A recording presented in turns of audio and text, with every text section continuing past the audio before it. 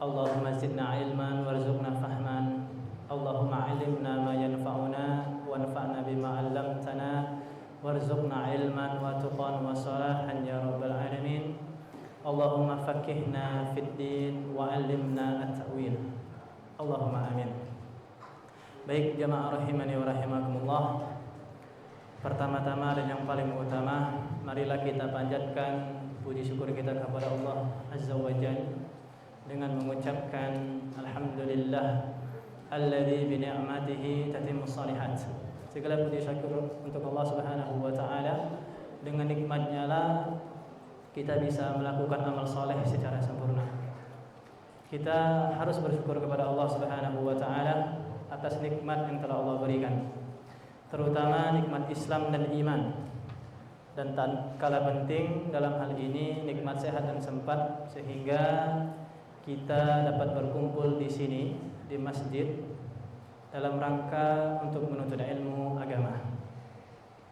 Yang mana tatkala kita menuntut ilmu agama, wahai para tulab, bahwasanya kita sedang menempuh jalan menuju surga Allah Subhanahu wa taala.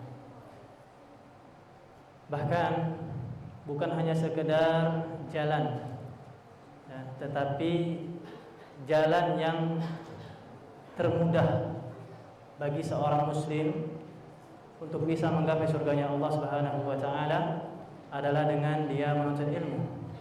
Nabi Muhammad SAW bersabda, "Man salaka tariqan yaltamisu fihi ilman, sahhalallahu lahu bihi tariqan ilal jannah." Barang siapa yang menempuh suatu jalan untuk menuntut ilmu agama, sahhalallahu lahu bihi tariqan ilal jannah, maka Allah Azza wa Jalla akan mudahkan, Allah akan berikan kemudahan baginya untuk menuju surga. Seperti yang kita ketahui bersama, bahwasanya di dalam agama kita ini banyak ibadah. Ada sholatnya, ada puasanya, ada sedekahnya, banyak ibadah. Tetapi kenapa di hadis tersebut Nabi Shallallahu Alaihi Wasallam mengkhususkan penyebutan menuntut ilmu? Bahwasanya barang siapa menuntut ilmu, maka Allah berikan kemudahan baginya untuk menuju surga Allah. Karena wahai para santri, ketahuilah kenapa Nabi Muhammad SAW menyebutkan khusus menuntut ilmu, padahal banyak ibadah-ibadah yang lain. Karena Nabi Muhammad SAW ingin menegaskan bahwasanya kunci termudah atau jalan yang paling mudah bagi seseorang untuk bisa menggapai surganya Allah Subhanahu wa taala adalah dengan menuntut ilmu. Mengapa? Karena ketika dia menuntut ilmu, ya, dia akan tahu mana yang boleh, mana yang enggak, mana yang hak, mana yang batil. Dia akan tahu, dia akan paham mana prioritas ketika dia beramal soleh.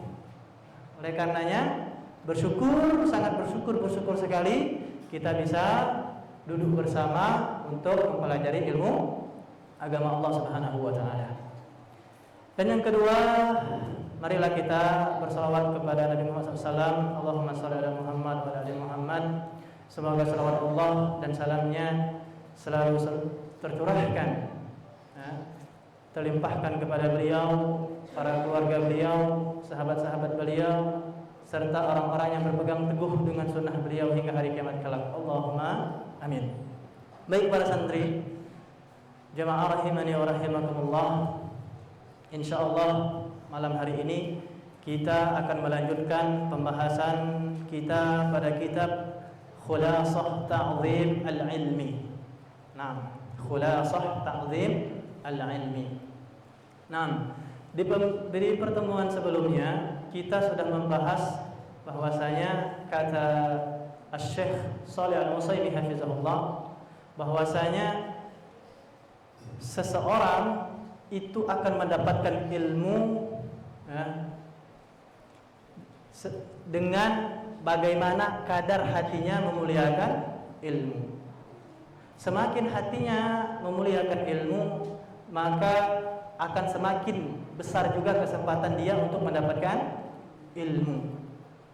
Dan sebaliknya, semakin hati seseorang itu tidak memuliakan ilmu, maka semakin sedikit juga kesempatan dia untuk mendapatkan ilmu. Bahkan kata beliau, ada memang hati itu kosong, tidak ada sama sekali ilmu dalamnya. Kenapa? Karena dia tidak memuliakan ilmu. Di dalam hati tersebut tidak ada memuliakan ilmu walaupun sedikit. Nah, itu pembahasan terakhir kita pada pertemuan sebelumnya. InsyaAllah kita akan lanjutkan. Baik, kata penulis Hafizahullah Ta'ala, beliau mengatakan,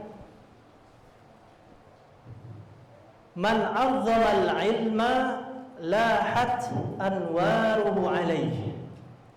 Barang siapa yang mengagungkan ilmu, memuliakan ilmu, maka cahaya ilmu itu akan menyinari dirinya. Jadi dia akan bisa mendapatkan ilmu yang bermanfaat, sehingga ilmu yang dia dapatkan tidak hanya sekedar di bibir saja, tetapi ilmu yang dia dapatkan merasuk ke dalam hatinya. Sehingga apa? Sehingga ilmu tersebut berbuah amal soleh. Perkataannya enak didengar, perbuatannya enak dipandang. Kenapa? Karena ilmunya bermanfaat. Nah, oleh karena itu, jangan sampai wahai para santri, kita nuntut ilmu hanya sekedar pengetahuan saja. Kalau karena sekedar pengetahuan saja, maka ilmu tersebut akan hanya sebatas di lisan. Ilmu tersebut tidak bermanfaat. Oleh karenanya, ketika kita menuntut ilmu, maka yang harus kita niatkan ketika menuntut ilmu adalah kita menuntut ilmu untuk ibadah, untuk bertafarruq kepada Allah Subhanahu wa ta'ala. Kata Al-Imam Ahmad bin Hanbal mengatakan, aslul ilmi khasyatullah.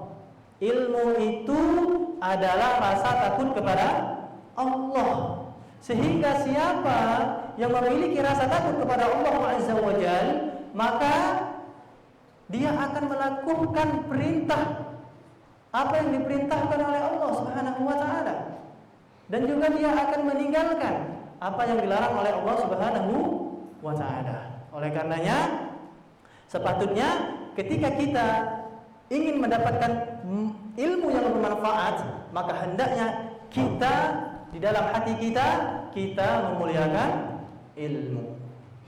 Nah, kata Syekh, wa wafadat rusulu fununihi ilaihi. Ketika seseorang memuliakan ilmu, maka cabang ilmu akan menghampirinya dengan sendirinya. Allah Subhanahu wa ta'ala akan bukakan baginya pintu-pintu ilmu yang tertutup sebelumnya. Jadi ketika dia mengagungkan ilmu, cabang-cabang pintu ilmu yang lain itu akan menghampirinya dengan sendirinya. Ya, contoh misalkan ada orang baca Al-Quran yang dia bacanya sekedar baca, dia bacanya dengan tajwid dasar misalkan. Ya, nah ketika dia mengagungkan ilmu, ketika dalam hatinya bahwasanya dia meyakini apa yang dia baca ini mulia, ilmu ini sangatlah mulia, sangatlah bermanfaat, maka apa? Allah Subhanahu wa ta'ala akan bukakan dia pintu ilmu yang lainnya. Dari dia cuma hanya membaca Al-Quran hanya sekedar menggunakan tajwid, maka Allah Subhanahu wa ta'ala akan berikan pintu ilmu yang lain, seperti misalkan dia bisa memahami makna apa yang dia baca, bahkan dia bisa memahami tafsirnya. Nah, Itu kapan terjadi? Ketika kita memuliakan ilmu. Contoh yang lain, misalnya seseorang yang berwudu, dia berwudu sekedar mengetahui bagaimana tata cara berwudu yang benar. Ketika dia mengagungkan ilmu di dalam hatinya, maka Allah Subhanahu wa taala akan membukakan pintu cabang ilmu yang lain. Misalkan ya, yang awalnya dia hanya sekedar mengetahui tata cara berwudu yang benar, ya, maka dia dapat mengetahui bagaimana tata cara taharah. Jadi, ya, Allah Subhanahu wa taala akan bukakan pintu cabang-cabang ilmu yang lain. Kapan? Ketika hatinya mengagungkan, memuliakan ilmu. Walam yakun li himmatihi ghayatun illa talaqqih.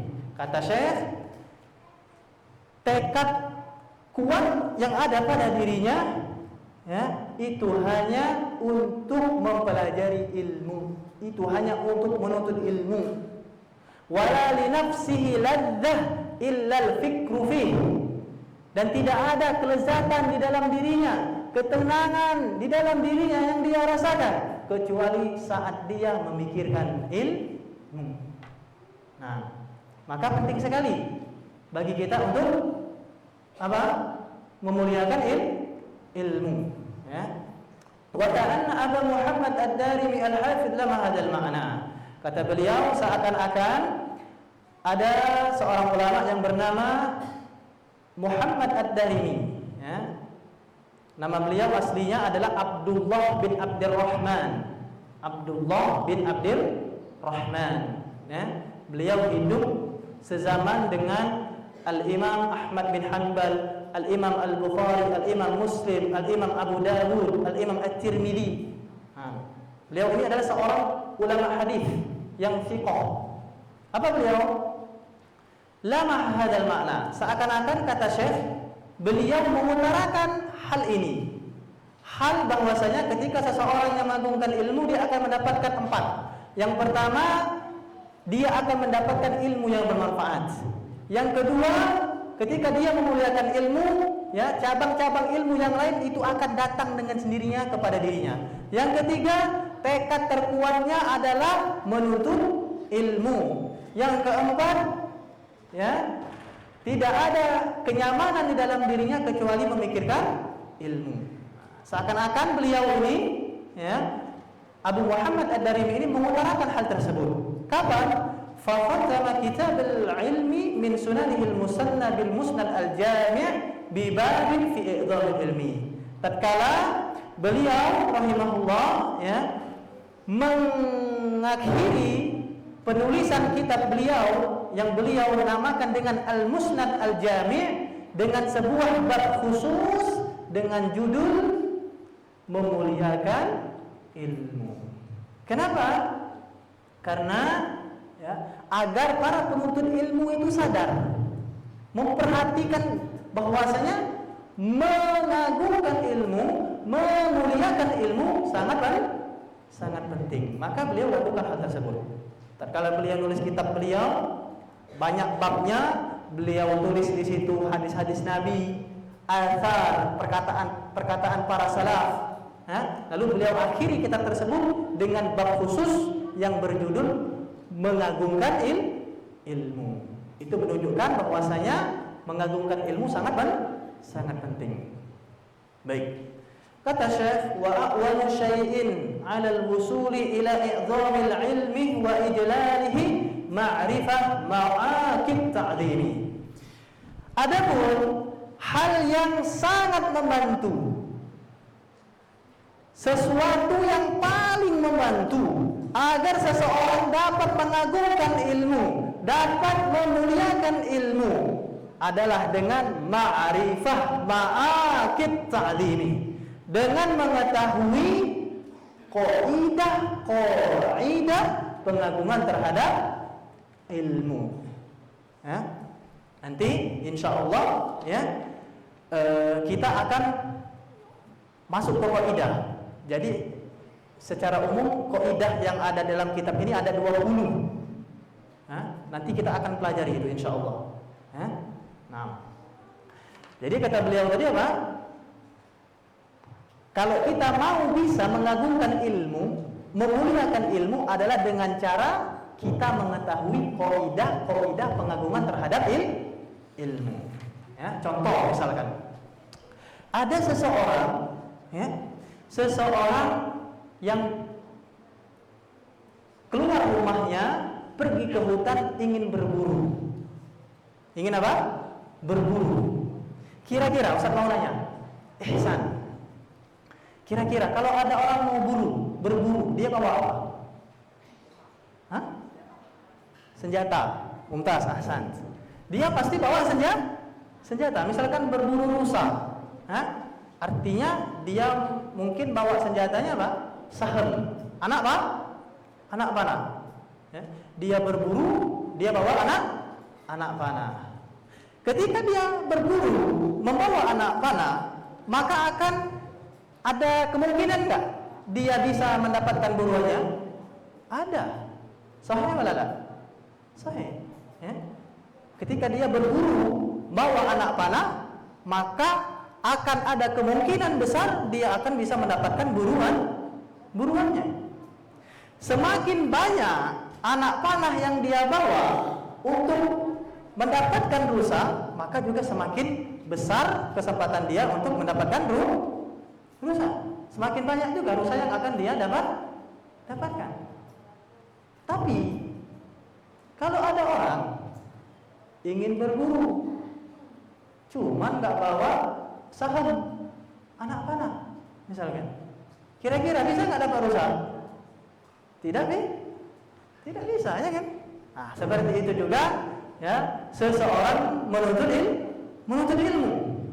Tatkala dia punya anak panahnya, kaidah mengagungkan ilmu, maka kesempatan dia untuk bisa mengagungkan ilmu itu semakin besar. Semakin banyak dia tahu kaidah pengagungan terhadap ilmu, maka semakin banyak juga kesempatan dia untuk mendapatkan ilmu.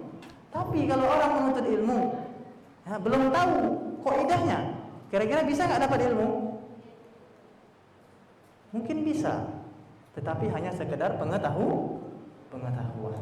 Oleh karena itu, ya, penting bagi kita, ya, untuk kata Syekh, ya, mengetahui kaidah pengagungan terhadap ilmu. Tayyib. Wahyal usul al-jami'ah, yang mana kaidah pengagungan terhadap ilmu ini adalah al-usul al-jami'ah, pokok-pokok dasar, al-muhaqqiqah li'adamatil ilmi fil qalb, yang bisa merealisasikan pemuliaan ilmu di dalam hati. Faman akhadha biha kana mu'azziman lil ilmi mujillan lahu. Barang siapa yang bisa mengambil kaidah-kaidah ini lalu ia praktekkan, maka dia akan bisa untuk mengagungkan ilmu. Dia layak untuk menjadi wadahnya ilmu. Wa man dayya'aha falinafsihi adha wa lihawahu ata. Dan barang siapa yang mengabaikan kaidah-kaidah ini, enggan untuk mempelajarinya, acuh tak acuh saja dengan kaidah-kaidah ini, ya. Yang penting aku nuntut ilmu. Ya. Yang penting aku nuntut ilmu.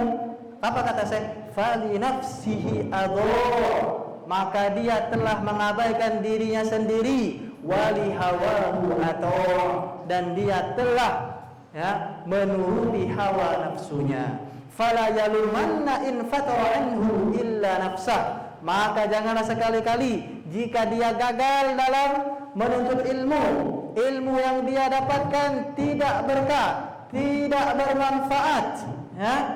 Janganlah sekali-kali dia mencela orang lain, illa nafsah, kecuali dirinya sendiri. Yadaka awgata wa nafah.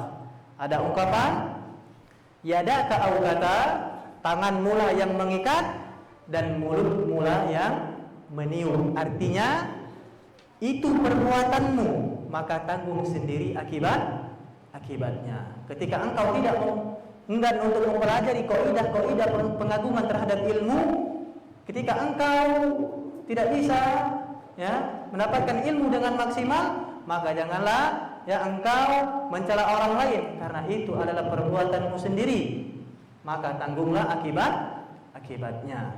Yadaka awkata wa fukanafah, tanganmu lah yang mengikat dan mulutmu lah yang meniup. Ini ungkapan ini ya jamaah sekalian adalah ungkapan ya yang kita tunjukkan kepada seseorang yang berbuat kepada kebinasaan dirinya sendiri. Nah, asalnya itu ada seseorang yang ingin nyebrang sungai, tetapi dia nggak bisa berenang. Lah tahu nggak bisa berenang, bukannya nyari perahu, ya, datang ke sungai, cuman bawa kantong. Kantong itu ditiupnya, diikatnya, makanya ungkapannya yadaka awkata wa bukan apa? Mulutmu yang niup, tanganmu yang ngikat kantong. Lalu dia berenang lah pakai kantong itu. Alhasil apa? Alhasil tenggelamlah dia. Ya? Nah, maka orang ini ya, karena itu perbuatan dirinya sendiri, rasakanlah akibatnya. Nah, seperti itu juga kita yang menuntut ilmu ini.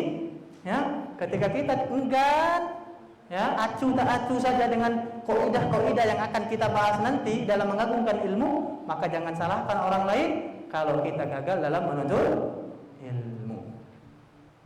Kenapa?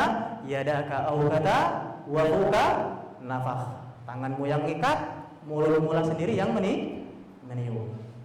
Wa man la yukrimul ilma la yukrimuhul ilmu.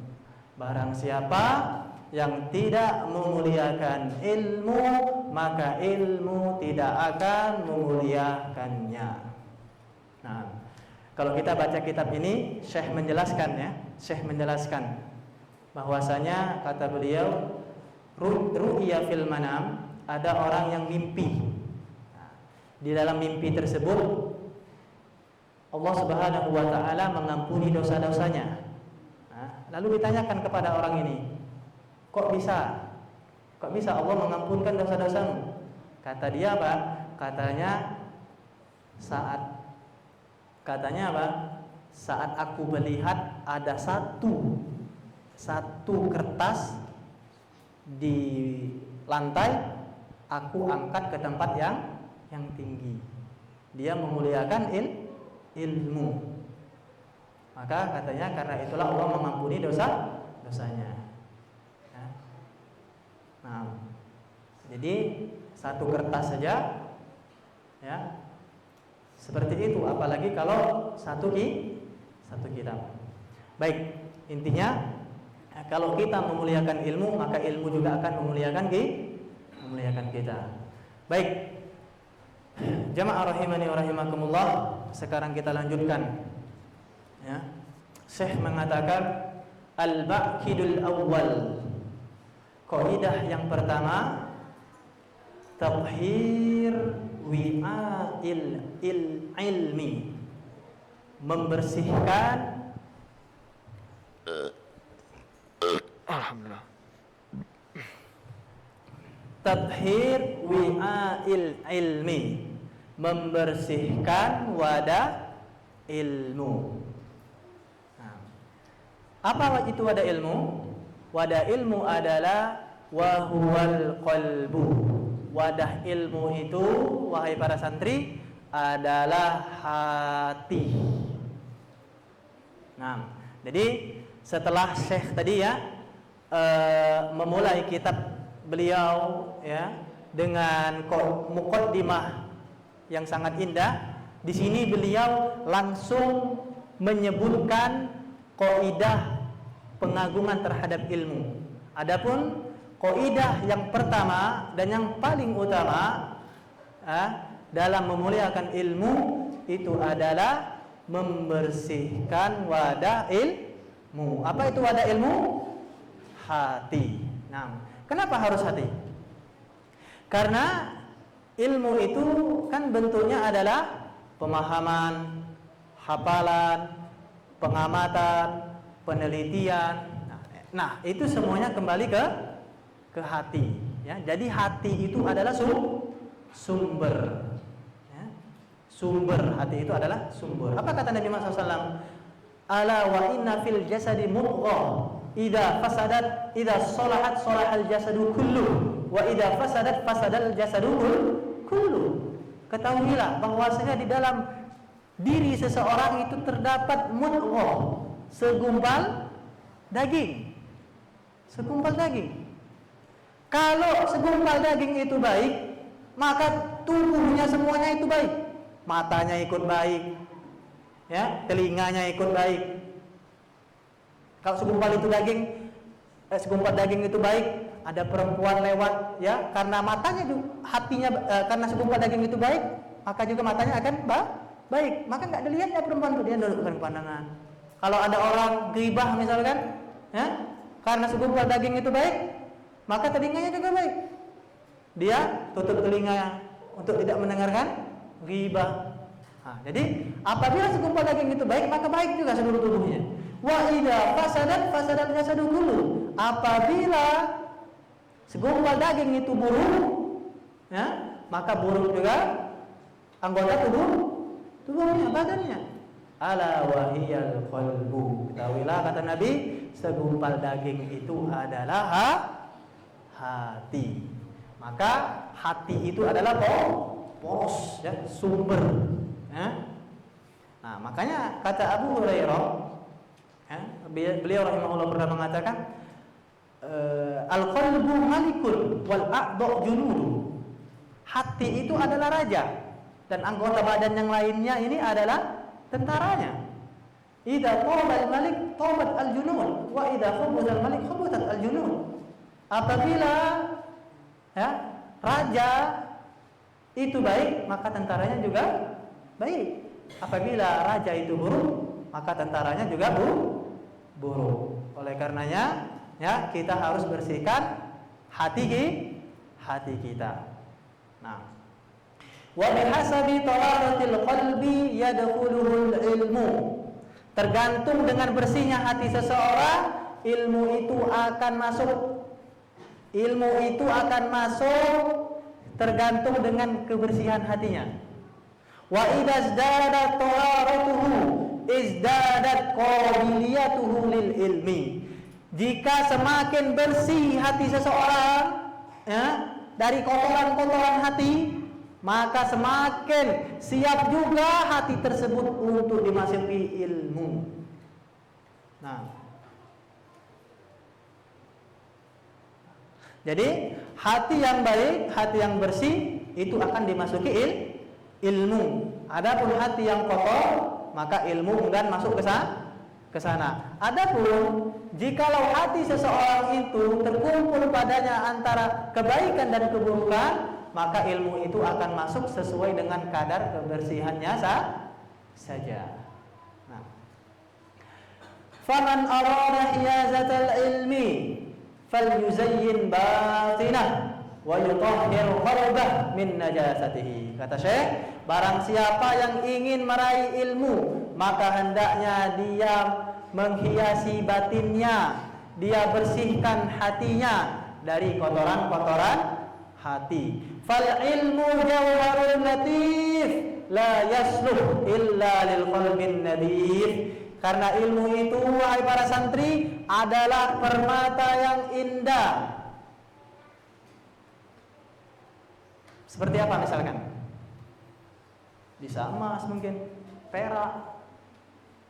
Intinya harta yang indah. La yasluh illa lil qalbin nadif. Ya, maka ilmu itu tidak layak, tidak pantas ditempatkan kecuali di dalam hati yang bersih. Jadi kalau kita, ya, punya apa? Punya harta semisal emas, semisal perak, semisal apa lagi? Motor misalnya, ya? Rumah. Jangan, motor saja, motor, ya. Jam bagus misalkan, ya. Kira-kira kita letakkan di mana barang-barang ini? Barang-barang mewah ini? Apakah mungkin kita letakkan di tempat-tempat yang tidak bagus. Motor ya, kita letakkan misalkan di depan rumah, nak hujan lajulah, nak kepanasan lajulah. Kan nggak mungkin, ya kan? Pasti motor itu dipekkan di mana? Di garasi, ya kan?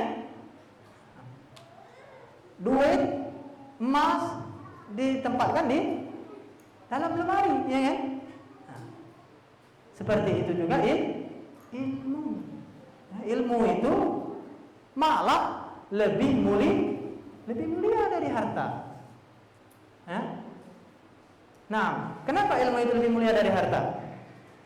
Karena yang pertama, ilmu itu manfaat yang akan selalu ada. Manfaat ilmu itu akan senantiasa ada walaupun dia sudah meninggal. Kalau harta, manfaatnya hanya sebatas di dunia saja. Apa kata Nabi Muhammad SAW? Idza mata ibnu Adam, kalau manusia itu meninggal, in qata'a amaluhu illa min thalath, maka terputuslah amalannya kecuali tiga hal. Salah satunya ilmu yuntafa'u bihi, ilmu yang bermanfaat. Udah Zan? Tafadhol. Belum, Pak? Oh, belum. Nah, jadi ya, kita ulangi bahwasanya ilmu itu lebih mulia daripada harta. Kenapa? Manfaatnya akan selalu ada. Yang kedua, kenapa ilmu itu lebih mulia daripada harta? Ya, karena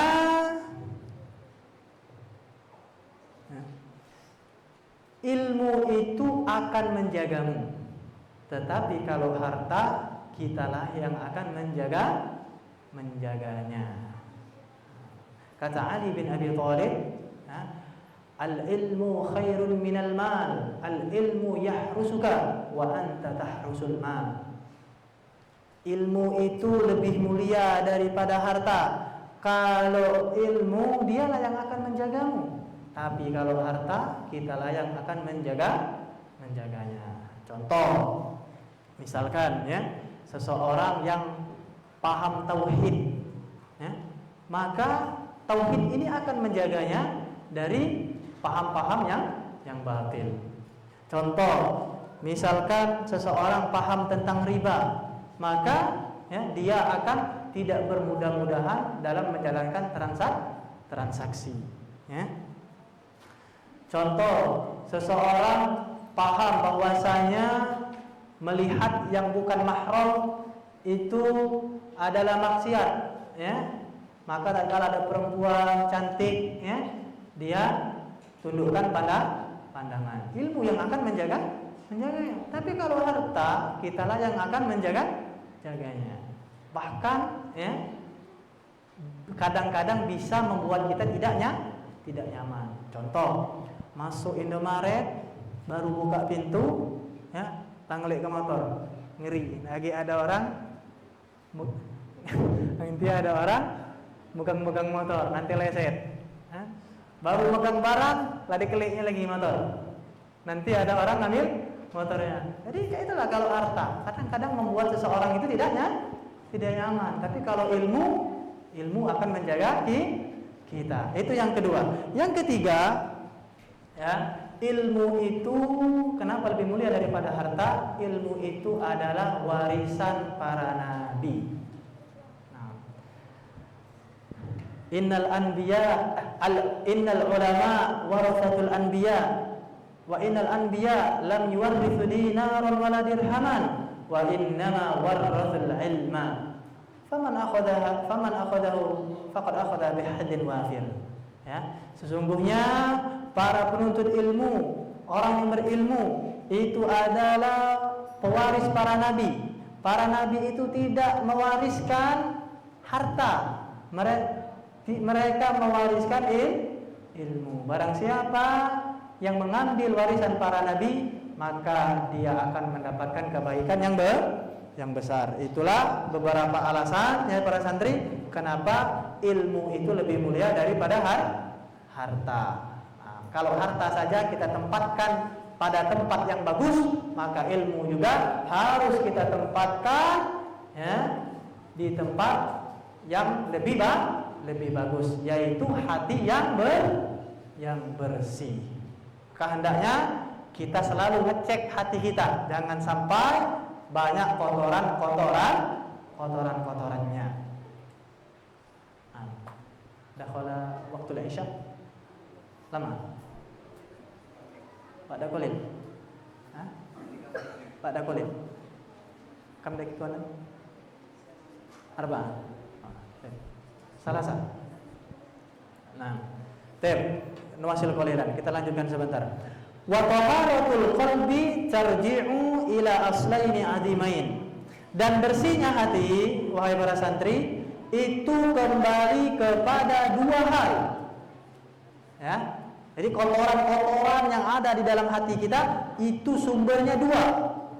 Ahaduhuma taharatuhu min najasati syubhat. Bersihnya hati dari kotoran syubhat. Wal akhar taharatuhu min najasati syahwat. Bersihnya hati dari kotoran-kotoran syahwat. Jadi ya, kotoran-kotoran hati itu dua sumbernya kata Syekh. Yang pertama syubhat dan yang kedua syahwat. Apa itu syubhat? Apa itu syahwat? Syahwat itu adalah hawa nafsu. Ya? Hawa nafsu ya, yang keluar dari koridor syariat. Misalkan maksiat, ya, bohong, terus apa lagi? Riya, itu ngikutin hawa nafsu dia, ya. Maling, ya. Nah, ini syahwat. Adapun syubhat, nanti insyaallah akan kita bahas apa itu syubhat setelah azan. Tafadhol.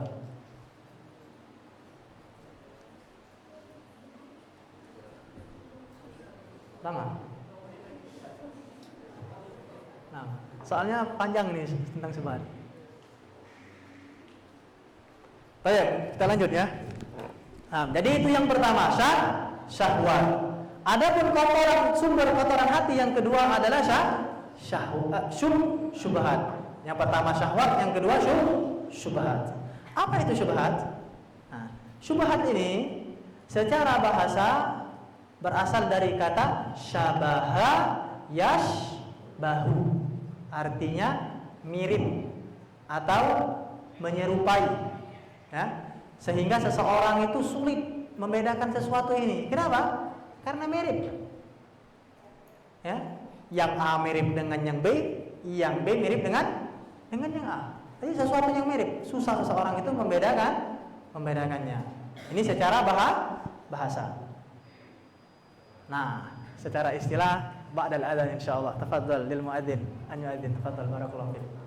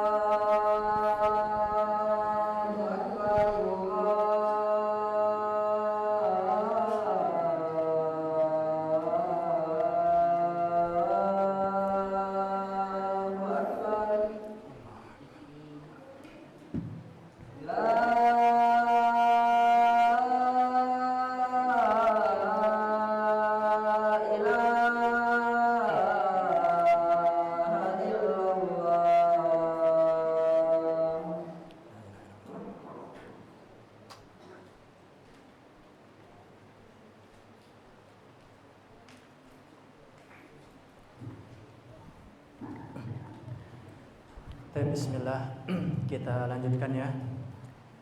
Jadi itu syubhat secara bahasa, mirip, sesuatu yang mirip.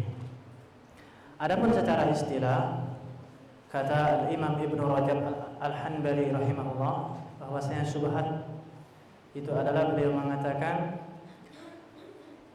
ma yashtabihu amruhu 'alan nas fala yudra ahwa halal am haram. Itu kata beliau. Jadi syubhat, kata beliau, itu adalah sesuatu yang samar-samar, tidak jelas di antara manusia. Sesuatu yang belum diketahui, tidak jelas keharaman dan kehalalannya. Jadi sesuatu yang tidak jelas apakah itu halal atau haram, maka itu adalah syubhat. Itu kata Al-Imam Ibnu Rajab. Nah, yang mana syubhat ini yang seringkali membuat orang itu susah membedakannya, ya, kecuali para ulama yang mana ilmu mereka sangat-sangat dalam. Jadi kalau orang yang awam itu bisa terjadi syubhat. Tapi kalau ulama yang benar-benar ilmunya mendalam, ya, itu mereka tak tahu. Betul? Nah, jadi contoh misalkan produk makanan yang belum jelas. Jadi kalau kalian belum jelas ini makanan ini halal atau haram, ya, nggak ada juga misalkan tulisan label halal misalnya, maka lebih baik tinggalkan. Contoh yang lain misalkan, ya, pemahaman bahwasanya agama itu sama, semua agama itu sama. Kenapa? Karena semua agama mengajarkan kebaikan, ngajak orang kepada kebaikan. Nah, ini juga syubhat, ya. Nah, bagaimana sikap kita terhadap syubhat?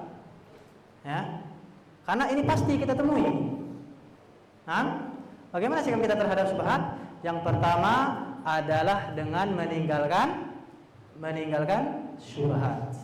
Kata Nabi Muhammad SAW, innal halala bayyin wa innal harama bayyin wa bainahuma umurun mushtabihat. Yang halal itu jelas, yang haram juga jelas. Di antara keduanya terdapat perkara-perkara syubhat. Enggak jelas halal haramnya. Faman ittaqa syubhat faqad istabra'a lidini wa irdi. Seseorang yang meninggalkan syubhat, maka dia telah menjaga kehormatan dirinya dan agamanya. Wa man waqa'a fi syubhat waqa'a fil haram. Barang siapa yang jatuh ke dalam perkara syubhat, maka dia jatuh ke dalam perkara yang haram. Karwai yar'a haula al-hima yushik an yarta'a fi. Seperti orang yang mengembalakan hewan ternaknya ya, di dekat tanah perbatasan, khawatirnya hewan itu masuk ke sana. Yarta'a fi. Ala wa inna likulli malikin himan. Tahulah setiap raja itu punya tanah larangan. Wa ala inna himallahu harim. Tahulah tanah larangan Allah itu adalah hal-hal yang Allah haramkan. Jadi ya, permisalannya itu ketika kita menghadapi syubhat seakan-akan ya di dekat tanah larangan. Kalau kita lakukan, khawatirnya nanti ya kita jatuh ke dalam yang haram. Nah, ini juga sesuai dengan kaidah usul fiqh, saddud dari'ah atau saddud daroni. Nah, itu yang pertama. Yang kedua, sikap kita terhadap syubhat adalah dengan belajar. Karena ketika kita belajar, kita akan mengetahui mana yang boleh, mana yang tidak, mana yang halal, mana yang haram.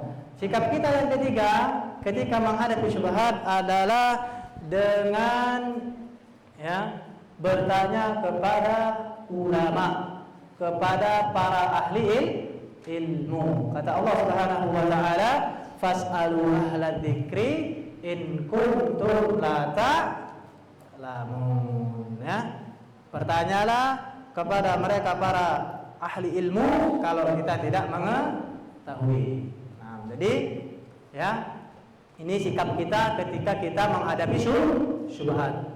Nah, jadi kan tadi kata Syekh, sumber kotoran hati itu ada dua, syahwat dan syubhat.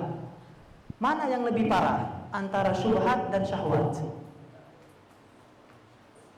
Nah, kata Al-Imam Ibnu Qayyim, yang lebih parah adalah syubhat. Nah, syubhat. Ya, beliau mengatakan asy-syubhat akhtaru minasyahwat. Syubhat itu lebih parah dari syahwat, li'annaha tufsid al-faham wal aqidah. Karena syubhat itu merusak pemahaman dan merusak keyakinan. Nah, jadi ketika orang terkena syubhat ya, dia akan ragu akan kebenaran yang datang dari Allah Subhanahu wa taala dan Rasulnya, sehingga syubhat itu dapat menjatuhkan dia ke dalam hal-hal ya kebid'ahan, mungkin kekafiran ya. Nah, banyak ya orang-orang yang melakukan amalan bid'ah itu mereka ya karena mereka meyakini itu benar, mereka susah didakwahi. Berbeda dengan orang yang maksiat. Orang yang bermaksiat itu mudah dakwahnya. Kenapa? Karena dia terkena syahwat, bukan syubhat. Dia ngikutin hawa nafsu. Dia tahu kalau bohong itu dosa. Aku tahu ini salah, maka aku memperbaiki. Nah, jadi ya syahwat ini bahaya, lebih parah, lebih berbahaya daripada syubhat. Itulah sumber kotoran hati, syubhat dan syahwat. Kata Syekh, wa idza kunta tastahyi min nadhari makhluqin mithlika ila wasfi thawbik fastahi min nadharillah ila qalbik. Jika engkau malu kala ada orang yang melihat pakaianmu kotor, maka hendaknya engkau lebih malu ketika Allah Subhanahu wa taala melihat hatimu yang yang kotor. Fihi ihan wa balaya wa dzunubun wa khotoya.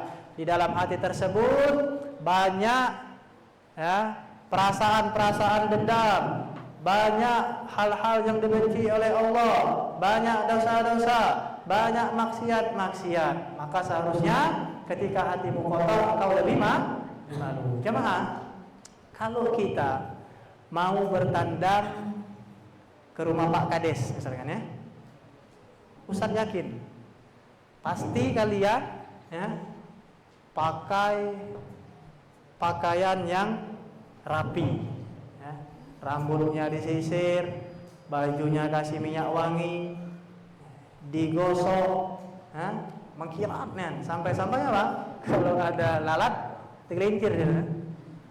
Nah, itu muamalahmu kepada manusia. Apalagi muamalahmu kepada Allah. Nah, maka engkau harus lebih perhatikan. Ya. Kalau manusia ini jemaah itu mereka hanya sekedar melihat zahirnya saja.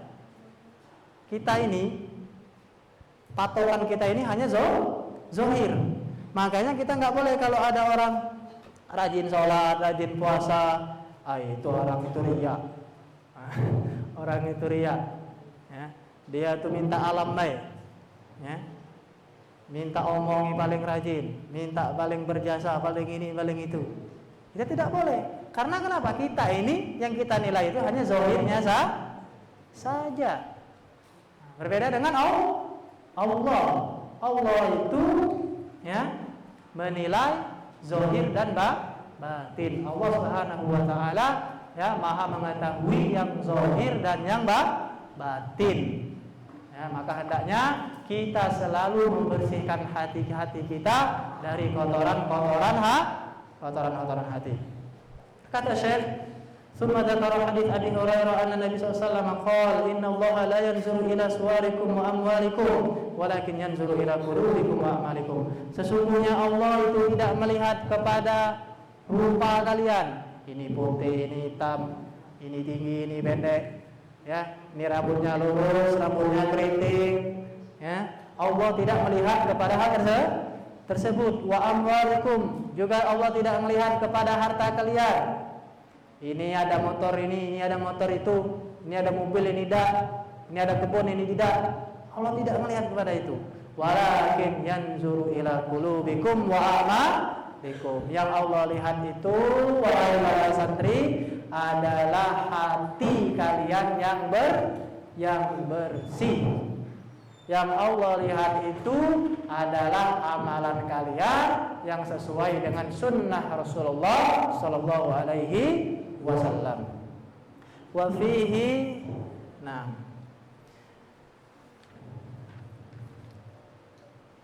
jadi ya